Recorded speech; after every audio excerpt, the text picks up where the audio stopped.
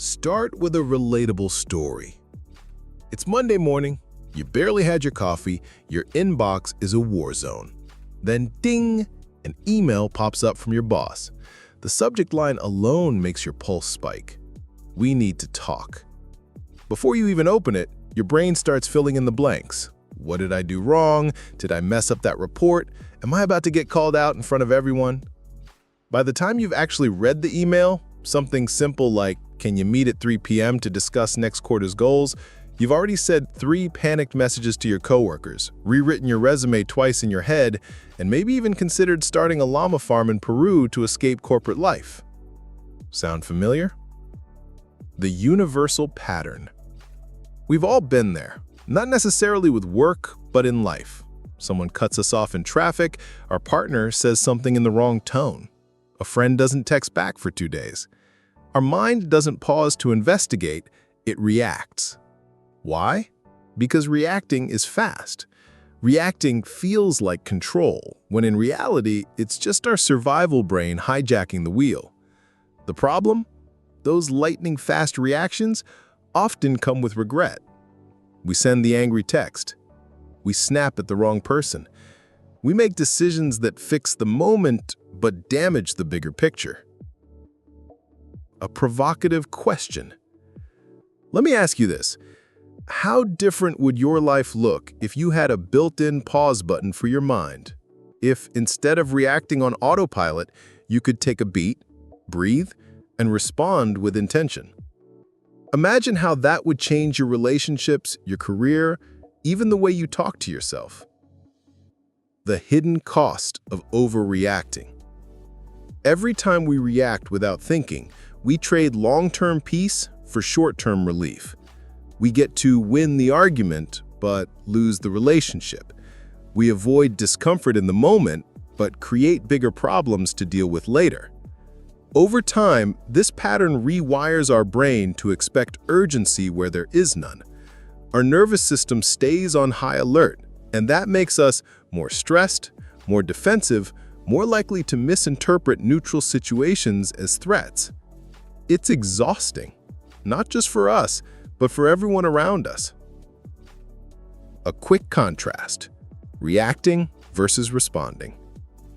Let's make this real. Reacting is slamming the door in the middle of an argument, sending that fine whatever text without explaining what's wrong, interrupting someone before they finish their point because you think you know what they're going to say. Responding is saying, "I'm too upset to talk right now, but I want to come back to this later." Asking, "Can you clarify what you mean?" before assuming the worst. Choosing silence instead of escalating. The first is impulsive. The second is intentional. The first costs you control. The second earns you respect, both from others and from yourself. Make it personal. Let me share a quick personal confession. I used to be the king of quick reactions. If something bothered me, you'd know about it instantly. I'd fire off a sharp email, make a sarcastic comment, or let my tone do the talking. And sure, in the moment, it felt powerful, like I was standing up for myself. But here's what I learned the hard way. Half the time, my reaction wasn't even to the thing that happened, it was to the story I told myself about it. And that story was often wrong. I wasn't just reacting to other people, I was reacting to my own assumptions. The hook promise. This is why I created this talk, to show you how to train your mind to slow down that chain reaction between trigger and action, so you can respond better, not just react less. This isn't about suppressing emotions or pretending you're above things that bother you. It's about giving yourself the space to choose, because in that space, you regain your power. Emotional and scientific teaser. Here's the science in a nutshell. When you get triggered, your amygdala, the emotional alarm center of your brain, lights up like a fire alarm. It dumps stress hormones into your body, and your prefrontal cortex, the part responsible for rational decision-making, basically goes on a coffee break. Your reactions happen before logic even gets a chance to join the conversation. But with the right mental training, You can strengthen the pathway between your thinking brain and your feeling brain, so the pause becomes automatic. And when that happens, you stop being a prisoner to the moment. The why this matters now, urgency. We live in a world that thrives on instant reactions. Social media rewards outrage. Emails demand immediate replies. Text messages come with those three little dots, pressuring you to respond right now. Slowing down isn't just good for your mental health. It's a rebellion against a culture that confuses speed with effectiveness. Invite the audience in. So here's my challenge to you. For the next few minutes, let's explore how you can start rewiring your brain so when life throws you a curveball, you don't just swing wildly. You step back, watch the pitch, and choose your shot. I'm going to walk you through why your brain reacts before you can think, the simple 3-step process to break the cycle, how to train daily so this becomes your default mode. By the end, you'll have tools you can use today, not next month, not after a 10-day meditation retreat, to start responding instead of reacting. Closing the hook. If you've ever wished you could go back in time and handle a situation better, if you've ever lost sleep replaying a conversation in your head, if you've ever thought, why did I say that? Or why didn't I say something else? You're in the right place. Because you can't always control what happens, but you can control what happens next. And that's where your real power lives. That's the opening act. By the time you finish delivering this section, your audience will feel seen, emotionally hooked, and curious to know exactly how to make that shift from reaction to response. Why we react instead of responding. Transition from the hook. In the last section, we talked about how reacting without thinking often leaves us with regret. Now let's get curious. Why do we do it? Because here's the thing. It's not that you're weak or overly emotional or bad at handling things. It's biology. It's wiring. And unless you understand it, you can't change it. 2 brains in 1 head. Inside your skull, you've got 2 main players when it comes to decision-making in emotional situations. The feeling brain, your amygdala, the ancient alarm system that detects threats and acts instantly. The thinking brain, your prefrontal cortex, the newer, more sophisticated part that handles logic, planning, and impulse control. When something triggers you, whether it's a rude comment, a scary sound, or even a disappointing email, your feeling brain is first on the scene, and it doesn't wait for permission. It yells, "Do something, now," before your thinking brain has even finished putting on its shoes. Why speed was once a survival skill. Back in the days when we had to dodge predators and hunt for food, reacting instantly was life-saving. If you saw movement in the bushes, you didn't stop to analyze whether it was a lion or just the wind. You reacted. You ran. That instinct kept our species alive. The trouble is, in the modern world, the predators aren't lions anymore. They're snarky coworkers, negative comments online, unexpected bills, awkward conversations. Our brain treats them with the same urgency and the same chemical cocktail as life or death threats. The chemical chain reaction. Here's what actually happens when you get triggered. Trigger. Something happens. A word, a look, a tone. Alarm. The amygdala fires, releasing adrenaline and cortisol into your bloodstream. Body change. Your heart rate spikes, muscles tense, breathing gets shallow. Tunnel vision. You focus on the threat and lose awareness of the bigger picture. Impulse action. You say or do something without thinking it through. This entire process can happen in less than half a second. By the time your thinking brain wakes up, the damage is often already done. Emotional autopilot. The real danger isn't that we react once in a while. It's that we live in reaction mode. Our nervous system gets stuck in high alert, so even small triggers feel huge. This is why a casual question like, "Are you done yet?" can feel like criticism. A traffic delay feels like a personal attack on your schedule. A friend's silence feels like rejection. When you're living on emotional autopilot, your mind constantly searches for threats even when none exist. How reacting costs us. Reacting without thinking doesn't just create awkward moments, it has long-term costs. 1. Relationship erosion. Every sharp word, every defensive snap, every moment of shutting down, it chips away at trust and connection. 2. Decision fatigue. Reacting quickly often means cleaning up messes later, which drains time and energy. 3. Self-trust damage. Each time you react in a way you regret, you reinforce the belief, "I can't trust myself under pressure." That belief becomes a self-fulfilling prophecy. Stories we tell ourselves. Here's a subtle problem. When we react quickly, we're rarely reacting to the facts. We're reacting to the story we just told ourselves about those facts. Example. Fact, your friend didn't respond to your text.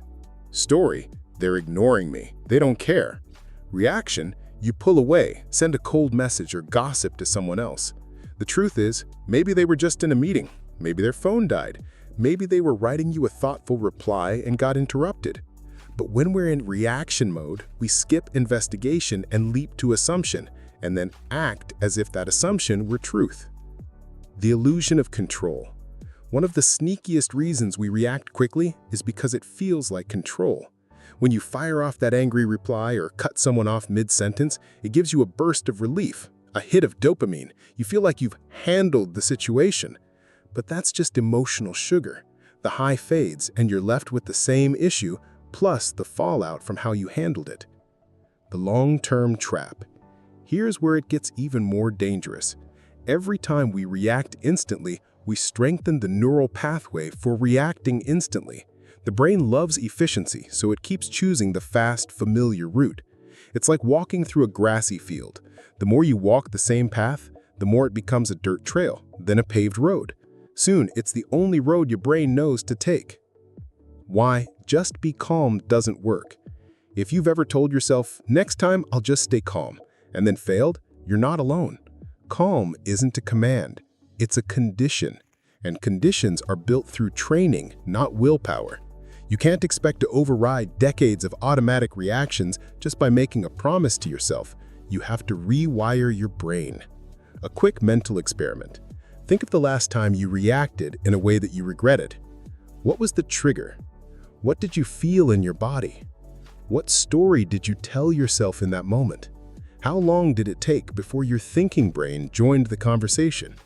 Now, imagine if you had even 3 seconds of pause before you acted, how things would have gone differently. That gap, the space between stimulus and response, is the difference between reacting and responding. And it's a skill you can grow. So here's the truth. Reacting is natural. Responding is learned. And learning it isn't about becoming emotionless. It's about becoming choiceful. The good news, this is trainable. In the next section, I'll show you the mindset shift that makes that pause possible even when your emotions are running hot. Because once you understand the mechanics of your mind, you can stop living at the mercy of your triggers and start living by intention. The mindset shift. So now we know why reacting feels automatic. It's ancient wiring, not a personal flaw. But knowing why isn't enough. Because even if you understand the science, your body will still lurch into action when you're triggered.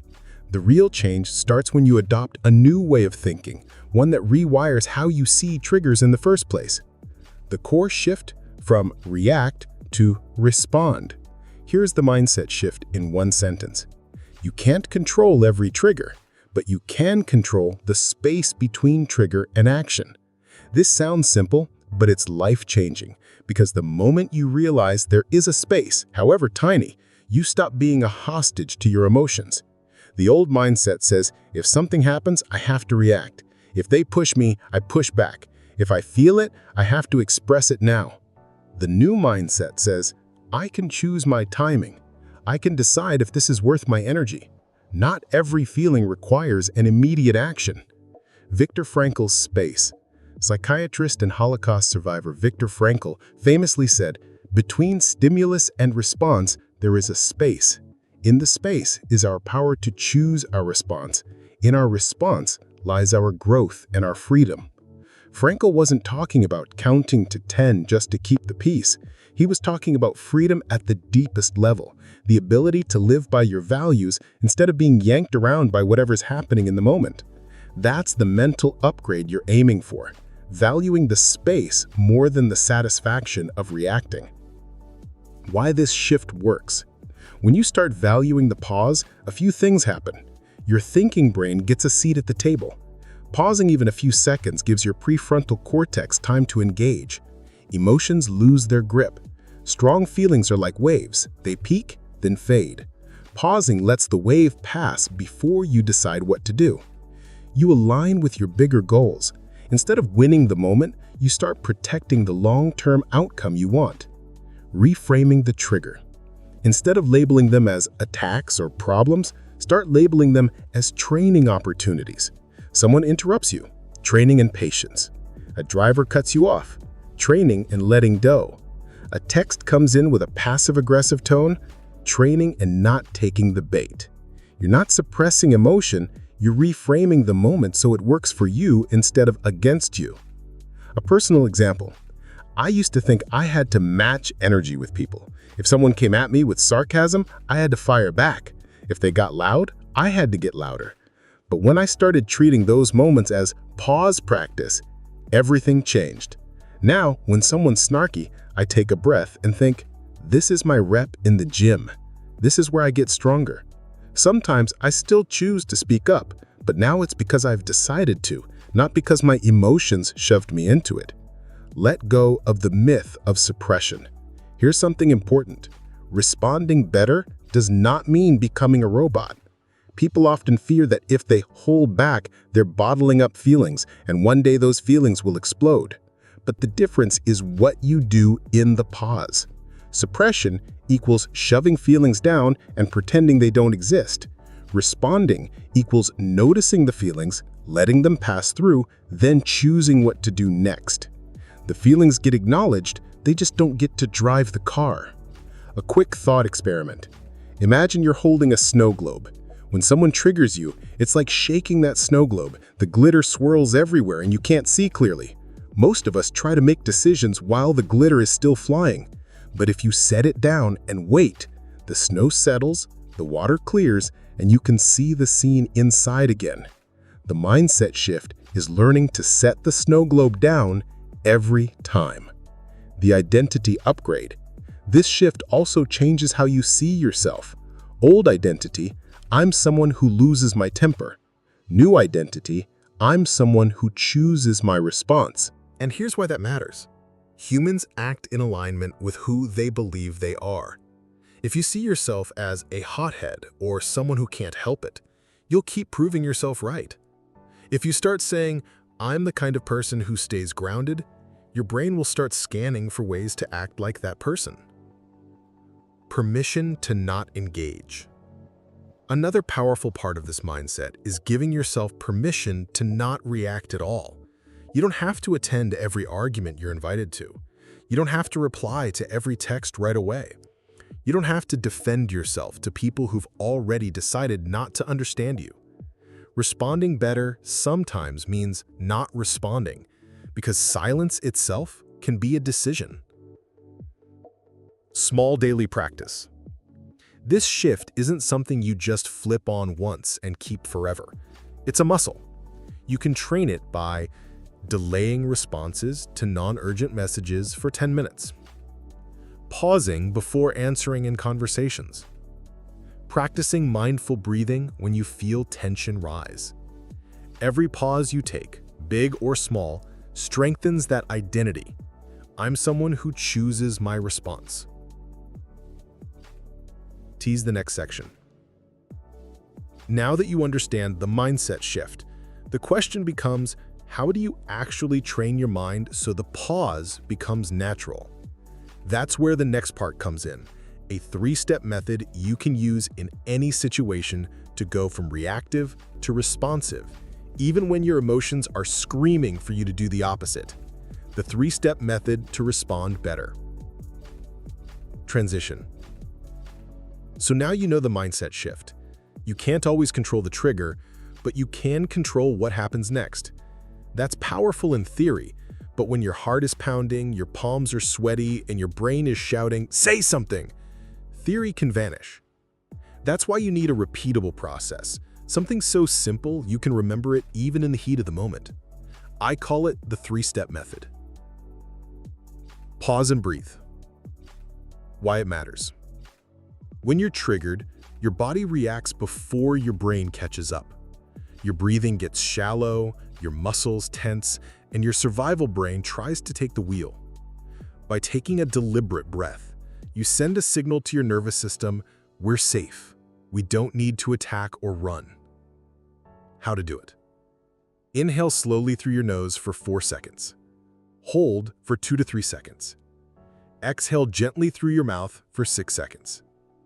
If that's too long in a tense moment, even one slow, deep breath can create the gap you need. Example: your partner says, "You never listen to me." Your instinct is to defend yourself. That's not true. Instead, you take one slow breath, looking down for a second before responding. That micro pause changes the tone of everything that follows. Extra tip: make this breathing a habit before stressful moments. Practice while waiting in line, sitting in traffic, or washing dishes. That way it becomes automatic when you need it. Name the emotion. Why it matters. Strong emotions feel like a storm, swirling, overwhelming, and impossible to control. But neuroscience shows that simply labeling what you're feeling, "I'm angry," "I'm anxious," reduces its intensity. This is called affect labeling, and it engages your thinking brain. How to do it. After you pause, silently name your emotion in the simplest terms. "I'm frustrated," "I'm embarrassed," "I'm hurt." Avoid judging the emotion, like, "I shouldn't feel this way." The goal is to acknowledge it without feeding it. Example: at work, a colleague takes credit for your idea during a meeting. Your face flushes, your jaw tightens. Instead of blurting, "That was my idea," you think, "I'm angry. I feel disrespected." That moment of recognition gives you clarity. You're no longer just in the storm, you're watching it from a distance. Extra tip: sometimes there's a hidden emotion under the obvious one. Anger, for instance, often hides fear or sadness. If you can name the deeper emotion, "I'm scared they'll overlook me," your response will be even more thoughtful. Choose the response. Why it matters. This is where you reclaim your power. You're not reacting on autopilot anymore. You're making a conscious choice based on your values and your desired outcome. How to do it. Ask yourself 2 quick questions. What's the outcome I want here? And what's the action that gets me closer to that outcome? Then respond in a way that serves that outcome, not just your temporary feeling. Example: you're driving and someone cuts you off. Your initial impulse is to honk and yell, but after the pause and naming, "I'm startled and annoyed," you realize your actual outcome is just to get home safely. So you ease back and let it go. Extra tip: sometimes the best response is no immediate action at all, waiting until emotions cool to have the conversation or send the email. Putting it all together, a real-life scenario. Let's walk through a situation using all 3 steps. Scenario: you send a long text to a friend about something important, and they reply with just "K." Old pattern. Instantly feel dismissed. Fire back a sarcastic "Wow, thanks for the effort." Argument ensues. New pattern. Pause and breathe. You put the phone down, inhale deeply, and exhale slowly. Your shoulders drop. Name the emotion. You think, "I feel unimportant and a bit hurt." Choose the response. You remember your outcome. You want to understand, not escalate. Instead of accusing, you wait an hour, then send, "Hey, is everything okay?" Your replies seem short. Often you'll find the trigger wasn't what you thought. Maybe they were busy or distracted. The 3 steps prevent you from making it worse. Why this works in the long term. When you practice these steps regularly, your brain gets used to creating a space before acting. The gap between trigger and action gets bigger and more natural. Your default mode shifts from impulsive to intentional. Over weeks and months, people start noticing you're calmer under pressure. You don't get rattled easily. You always know what to say. It's not magic, it's training. Micro practices to strengthen each step. For pause and breathe, set a phone reminder once a day to take 3 deep breaths. Use red lights in traffic as pause cues. For name the emotion, keep a small list of emotion words handy. At night, write down one moment you felt triggered and what emotion you named. For choose the response, before sending messages, reread and ask, does this serve my outcome? Role-play tough scenarios in your head. Practice choosing better responses in advance. What this isn't. This method isn't about avoiding every conflict or becoming a pushover. It's about responding in a way that gives you the best chance at the outcome you actually want, without letting the heat of the moment decide for you.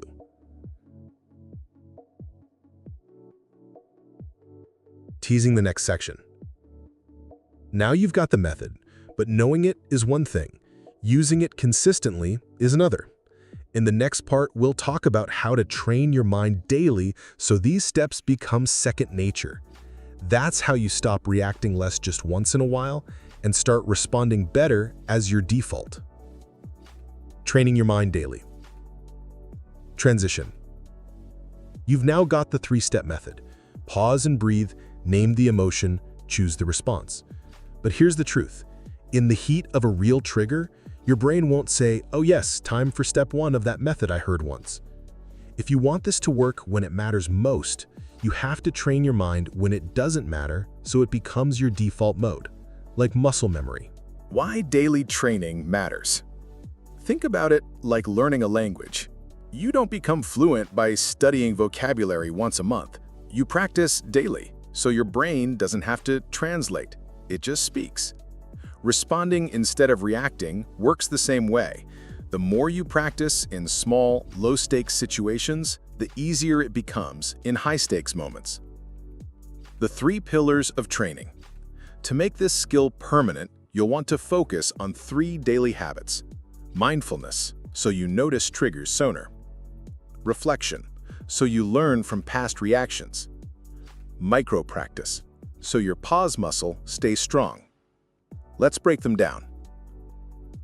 Mindfulness. Goal: catch the trigger early enough to pause. Mindfulness is about being present, actually noticing what's happening in your body and mind as it's happening. The earlier you notice the spark, the easier it is to stop the fire. How to train it. Formal meditation. Spend 5 minutes a day sitting quietly, focusing on your breath. When your mind wanders, gently bring it back. This is rehearsal for bringing your attention back during real-life stress. Everyday mindfulness. Pick one daily activity, like brushing your teeth, drinking coffee, or walking to your car, and do it with full awareness of sights, sounds, and sensations. Example: if you notice your shoulders tensing in traffic before you start cursing at drivers, that's mindfulness at work. Catching the trigger early before you react. Reflection. Goal: turn past reactions into lessons for the future. We often beat ourselves up after we react poorly, but that's wasted energy if you don't analyze what happened. Reflection turns mistakes into training reps. How to train it. Keep a trigger journal. At the end of the day, write down the trigger, the emotion you felt, what you did, what you could do differently next time. Focus on curiosity, not criticism. You're a coach reviewing a play, not a judge handing out penalties. Example: instead of thinking, "I blew up at my coworker, I'm terrible at this," you think, "I was tired, didn't pause, and jumped to defense. Next time, I'll take a sip of water before responding." Micro practice. Goal: strengthen the pause so it happens automatically. Don't wait for big emotional moments to practice. Build your pause muscle in small, everyday situations. How to train it. The 3-second rule. Before answering any question, take 3 seconds to breathe and think. Delayed replies. Wait at least 10 minutes before responding to non-urgent texts or emails. Trigger simulations. Imagine a mild annoyance, like someone cutting in line, and mentally rehearse the 3-step method. Example: if you can pause before replying to a simple, "Can you send me that file?" email, you'll be more likely to pause when someone says something that actually hits a nerve. Environment matters. Training your mind is easier when your surroundings support it. Reduce constant stimulation. Limit news, social media, and notifications that keep your nervous system on edge. Surround yourself with calm people. Emotional states are contagious. Being around reactive people makes you more reactive. Set reminders. Post sticky notes with words like pause or breathe, where you'll see them often. Build physical anchors. Sometimes you need a physical cue to snap you into awareness. Ideas. Touch your thumb to your forefinger whenever you take a breath. Place your hand on your chest when naming the emotion. Keep a small object in your pocket, a coin, a bead, that reminds you to pause when you feel it. These anchors can train your brain to connect the physical motion with the mental pause. Train with gratitude. This might sound unrelated, but gratitude practice rewires your brain to scan for positives instead of threats. When your brain feels safer, it reacts less. Daily habit. Write down 3 small things you're grateful for every night. Even simple things like sunlight through the window or the smell of coffee. Over time, your baseline emotional state shifts from tense to calm. Make it progressive. Start with small, easy scenarios, then gradually move to bigger triggers. Level 1, pausing before answering, "What's for dinner?" Level 2, pausing when someone criticizes your work. Level 3, pausing in a heated argument. Just like in the gym, you increase the weight gradually so you don't burn out. The compounding effect. At first, the benefits will be small. Fewer regretted texts, slightly calmer mornings. But over weeks and months, those small wins compound. You'll feel less drained at the end of the day. People will trust you more in tense situations. Your own inner voice will become calmer and kinder. The long game. Daily training doesn't mean perfection. You will still react sometimes. The difference is you'll recover faster, repair more easily, and learn from each slip-up instead of repeating it. Responding better isn't about never getting triggered. It's about building a life where triggers don't control you. Tease the next section. Now that you know how to train daily, we'll wrap it up in the next part with a real-life success story and a challenge you can start today. Because once you see this in action, you'll realize you're closer to mastering it than you think. Real-life example and closing. Transition.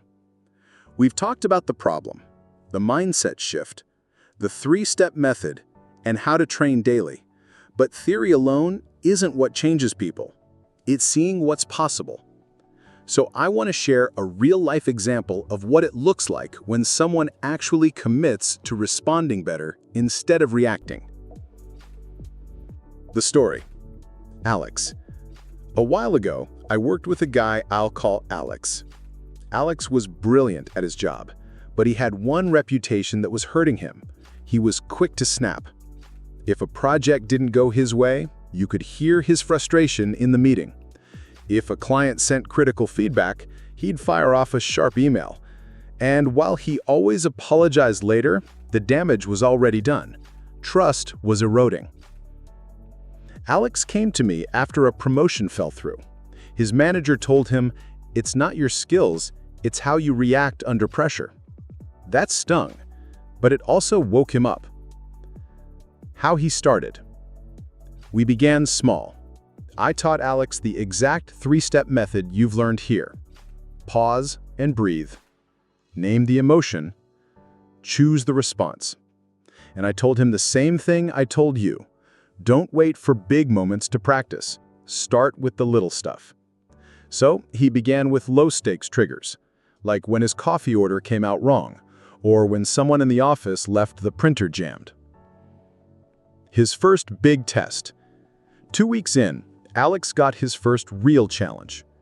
During a team meeting, a coworker openly blamed him for a missed deadline.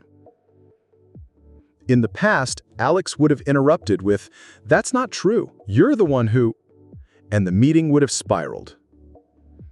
This time, he felt the heat rise, jaw tightening, shoulders tensing, but instead of speaking, he took one slow breath. He silently said to himself, "I'm angry and embarrassed."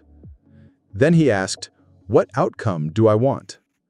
He realized the outcome wasn't to win in front of the team, it was to solve the problem without burning the bridge. So he simply said, "Let's go over the timeline after this and see where the delay happened." The meeting moved on. No explosion, no lingering tension. The ripple effect. That one choice started a ripple effect.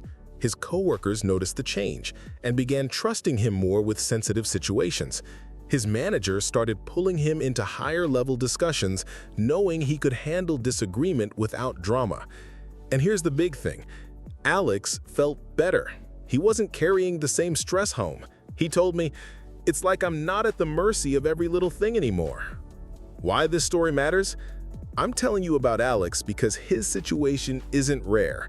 We've all lost opportunities, strained relationships, or made decisions we regret because of a moment we couldn't take back. But just like Alex, you can change that. Not by trying to be perfect, but by practicing a little bit every day until the pause becomes natural. Bringing it back to you. Think back to the last time you reacted in a way you wish you hadn't. What would have been different if you'd paused, named your emotion, and chosen your response? You might have avoided an unnecessary fight, protected your energy, strengthened a relationship instead of weakening it. That's what's at stake here, not just avoiding mistakes, but building a life you're proud of. The final challenge. So here's my challenge to you. For the next 7 days, pick one small moment each day to practice the 3-step method. It could be waiting to reply to a text, taking a breath before answering a question, naming your emotion when you feel irritated in traffic. Write down what happened, what you felt, and what you chose. By the end of the week, you'll notice something surprising. The gap between trigger and action will start to feel more natural. A reminder about progress. Don't expect perfection. You will still react sometimes. We all do. The goal isn't to never get triggered. The goal is to notice sooner, pause more often, and recover faster. Even a 10% improvement in your reactions can transform your relationships, your work, and your inner peace. The closing perspective. Life will keep throwing triggers at you. You can't control who cuts you off in traffic, what your boss says in the meeting, or how your loved ones phrase their feedback. But you can control what happens in that space between the trigger and your response. And in that space lives your self-respect, your peace, and your power. A final image. I want you to picture yourself a year from now. You've been practicing the pause daily. You're calmer. People trust you more. You trust yourself more. And when challenges come, you don't just survive them, you navigate them with confidence. That's not some unreachable dream. That's just you a few hundred pauses from now. So, train your mind to react less and respond better. Not because you're trying to impress anyone else, but because you deserve to live a life you steer, not one that's yanked around by every passing moment. Remember, the trigger is not the problem. The reaction is not the destiny. The space between them is your power, and you can start claiming it today. Making it stick. Your 30-day plan. Why we need a plan. By now, you understand the why and the how of reacting less and responding better. But here's the truth. Without a plan, motivation fades. Life gets busy, stress piles up, and old habits sneak back in. Think about how often we leave a seminar or read a great book and say, "I'm going to start doing this." And then a month later, nothing has changed. Part 7 is about preventing that from happening to you. We'll create a 30-day plan that makes the 3-step method and daily training part of your routine until it's automatic. The principle of habit stacking. The easiest way to make a new skill stick is to attach it to something you already do. This is called habit stacking. You don't fight for extra time in your day, you just link the new habit to an existing one.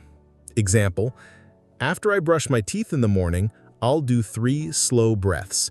After I sit down at my desk, I'll set a sticky note that says "pause" next to my keyboard. This makes it nearly impossible to forget to practice because it's tied to something you never skip. Week-by-week structure. Awareness. Goal: notice your triggers without changing them yet. Keep a small notebook or use your phone's Notes app. Every time you feel an emotional shift, irritation, frustration, excitement, nervousness, jot down the situation, the emotion, how you reacted. At the end of each day, read your list without judgment. This week is about building awareness. You can't improve what you don't notice. Introduce the pause. Goal: start applying step 1 of the method, pause and breathe. When you catch yourself feeling triggered, take 1 slow, deep breath before acting. If you forget in the moment, no problem. Write it down and imagine how the pause would have felt. Keep up the trigger journaling from week 1. By the end of week 2, you should be pausing in at least a few real situations each day. Name the emotion. Goal: add step 2, name the emotion after your pause. When you breathe, silently say, "I feel blank." Keep it short and clear. Angry, anxious, embarrassed, excited. Don't analyze or justify yet, just name it. This step trains your brain to create emotional distance, which helps reduce the intensity. Choose the response. Goal: complete the 3-step method. After you pause and name the emotion, ask, "What do I want to happen?" Choose your words or actions based on that outcome, not on the raw emotion. By now, you'll have practiced enough that this starts to feel more natural even in mild stress situations. Building accountability. You're more likely to stick to a 30-day plan if you're accountable to someone other than yourself. Option 1, tell a friend or coworker about your challenge and update them weekly. Option 2, post your progress on social media, if you're comfortable. Option 3, use a habit tracker app so you get the satisfaction of checking boxes every day. Accountability turns vague intentions into real commitments. Expecting and handling setbacks. Even with a plan, you will have moments where you slip back into old reactions, especially under heavy stress. That's normal. When it happens, acknowledge it without guilt. Beating yourself up is still a reaction. Review the trigger. What happened? What emotion was strongest? Rehearse the better response. Visualize how you'll handle it next time. Every slip-up becomes a rep for your improvement. Supporting the plan with lifestyle choices.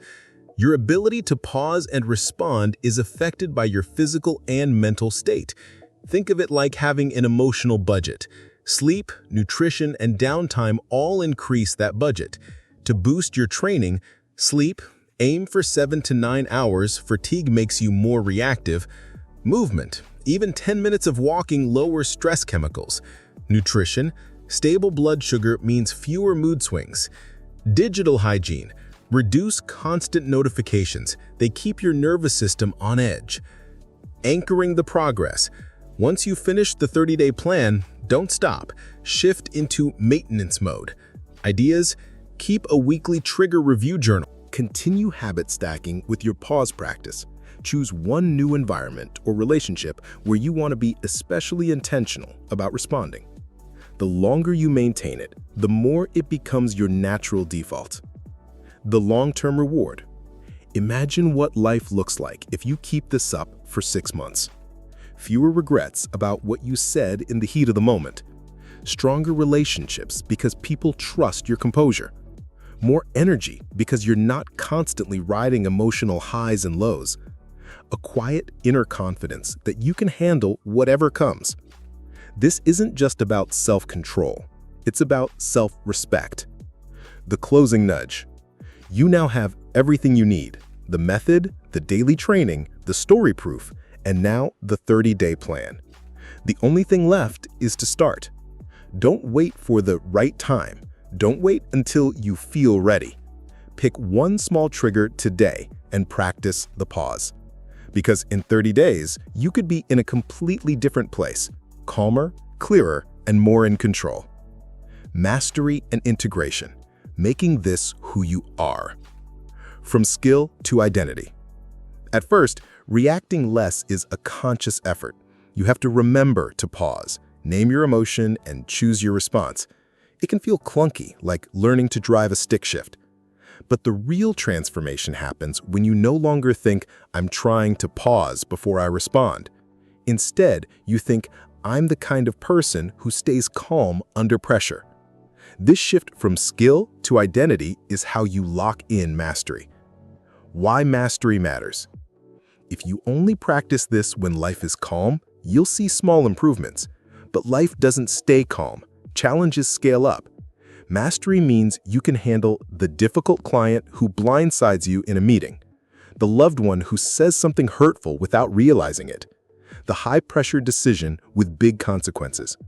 You become dependable in chaos, not just in comfort. The stress inoculation mindset. Think of your triggers like weights in a gym. At first, you start with the light weights, small annoyances. As you get stronger, you can lift heavier ones, bigger conflicts, higher stakes, without snapping. To reach mastery, you actually welcome these heavier moments because they're the reps that build your skill. You start seeing stress as training, not punishment. The 3 layers of integration. Personal habits. You keep the core daily practices, breathing, journaling, naming emotions, but you also weave them into lifestyle rituals. Examples: start your morning with 2 minutes of mindful breathing. End your workday by reviewing one moment you're proud of handling well. Keep a visual cue like a bracelet or desktop note to remind you to pause. Environmental design. You set up your environment so it supports calm responses instead of triggering knee-jerk reactions. Examples: turn off push notifications except for true emergencies. Keep your workspace uncluttered to reduce background stress. Choose calm, grounding music in tense situations. Relationship agreements. You talk openly with the people you interact with most about your goal to respond better. Ask them to hold you accountable and to give feedback when they notice improvement. Tracking mastery progress. When you start, you notice mostly when you fail to pause. As you move toward mastery, you'll start noticing you catch yourself earlier in the reaction process. The intensity of your emotions feels less overwhelming. Other people comment on how steady you seem. Keep a calm wins journal. Short notes about times you handle a situation better than you would have before. Over time, this becomes proof of your growth. Dealing with relapse moments. Even at mastery, you'll have moments where you lose it. The difference is in how you recover. Own it quickly, apologize if needed. Review the trigger, what caught you off guard. Rehearse the better response, so next time you're ready. Mastery isn't about never reacting. It's about returning to center faster every time. Scaling the skill beyond yourself. Once you're consistent, you can teach others, not by lecturing, but by modeling. In your workplace, you might lead meetings with calm, clear structure, de-escalate tensions between team members, encourage pause moments before big decisions. In your personal life, you might show your kids how to breathe when frustrated, model respectful disagreement with your partner, offer space instead of judgment when someone else is upset. When you embody the skill, you create calmer environments for everyone around you. The compound effect. Each calm choice you make doesn't just benefit that moment, it compounds. Fewer fights means stronger trust. Clearer communication means better collaboration. Lower stress means more energy for the things you care about. Over months and years, this isn't just reacting less. It's building a life where you have more influence, deeper relationships, and better health. The identity affirmation. To anchor mastery, start using affirmations that reflect who you are, not just what you're trying to do. Examples: I am calm, clear, and intentional in my responses. I choose my words and actions with care. I create space between what happens and what I do next. Say them daily, even more powerful if you pair them with your morning breath work. Mastery milestones. Here are some signs you've integrated this skill into your identity. You can be in a heated conversation and still choose a measured response. People come to you for perspective when they're upset. You rarely regret your words or actions. You can go days or weeks without feeling thrown off by outside events. When these start happening, you're not just practicing a technique, you've become the kind of person who lives it. The lifetime maintenance mindset. Even at mastery, you keep training, not because you're failing, but because you want to stay sharp. Just like athletes keep conditioning, you keep practicing the pause. Keep small daily habits in place. Seek out occasional stretch moments to keep your skills tested. Periodically review your journal or milestones to remind yourself of progress. Closing reflection. Mastery isn't about never feeling triggered. It's about never being owned by your trigger. When you've integrated this into your life, you move through the world with a quiet kind of power. Not loud, not flashy, but unmistakable. People feel it. You feel it. And here's the secret. Once this becomes who you are, it affects everything. Not just your reactions, but your confidence, your relationships, and your sense of control over your own life. You've gone from trying to react less to simply being the person who does. Common struggles and how to overcome them. Why we address struggles now. Every meaningful change comes with challenges. If we pretend they won't happen, people get blindsided, think they're failing, and give up. By anticipating the most common struggles, you give yourself two gifts. You don't panic when they show up. You expected them. You already know the antidote. Let's go through the big ones. I forget to pause in the moment. The struggle? You know the method, but in real time, your reaction takes over before you remember to breathe. Why it happens? Old habits are fast. New habits are slow. Your nervous system defaults to what it knows. Solution? Use physical anchors. A ring you twist, a watch vibration, or a sticky note that says pause. Train in low-stakes moments. Practice pausing when the coffee line is slow or when you drop your pen, so it becomes automatic. Preload the pause. If you know a conversation could get heated, decide beforehand, I will pause before I respond. I still get overwhelmed by my emotions. The struggle? Even if you pause, the feeling is so strong it's hard to think clearly. Why it happens? Pausing helps, but intense emotions flood your body with stress chemicals that take minutes to settle. Solution? Extend your pause. Instead of one breath, take 3 to 5 slow breaths. Ground your senses. Notice something you can see, hear, touch, smell, and taste. If possible, Step away briefly to reset before deciding. Remember, the pause isn't magic, it's a doorway. Sometimes you need more time to walk through. Other people keep pushing my buttons. The struggle? You're working on yourself, but certain people seem to know exactly how to trigger you. Why it happens? Emotional reactions are often tied to specific relationships and histories. Solution? Name the pattern. If you know your sibling always makes a certain comment, you can mentally prepare before it happens. Visualize the moment. Rehearse staying calm before you see them. Use boundary phrases. I'm not going to have this conversation right now. Or, let's come back to this later. I feel fake when I try to respond calmly. The struggle? You pause and respond better, but it feels unnatural, like you're forcing it. Why it happens? You're breaking a familiar habit. Anything new feels awkward at first. Solution? Accept the discomfort. It's not fake, it's practice. Remind yourself your emotions are valid. You're not denying them, just expressing them differently. Over time, it will feel authentic because it becomes part of you. I slip back into old habits under stress. The struggle? You do well most days, but when something big happens, you snap. Why it happens?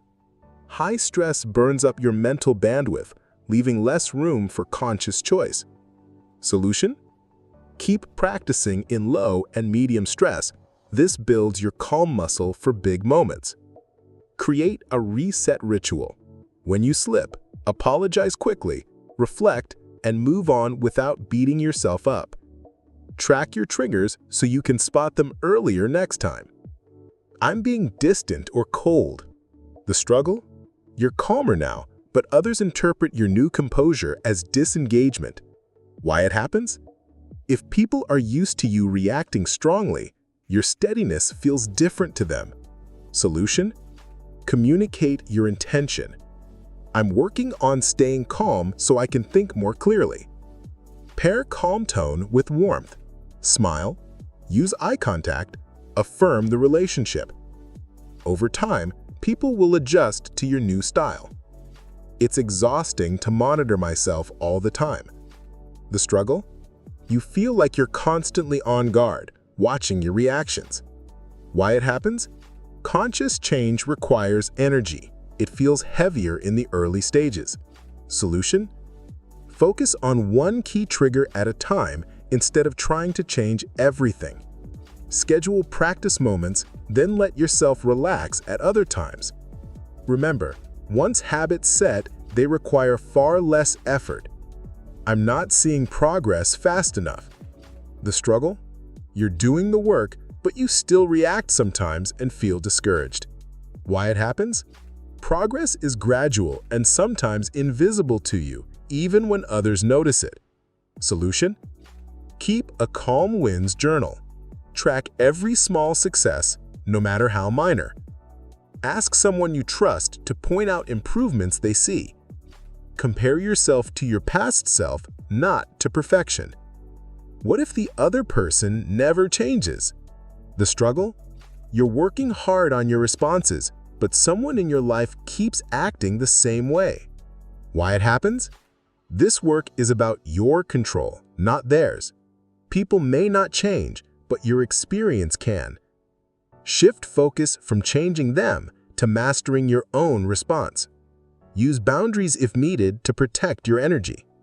Recognize that sometimes the power is in not engaging. What if I just don't care enough to pause?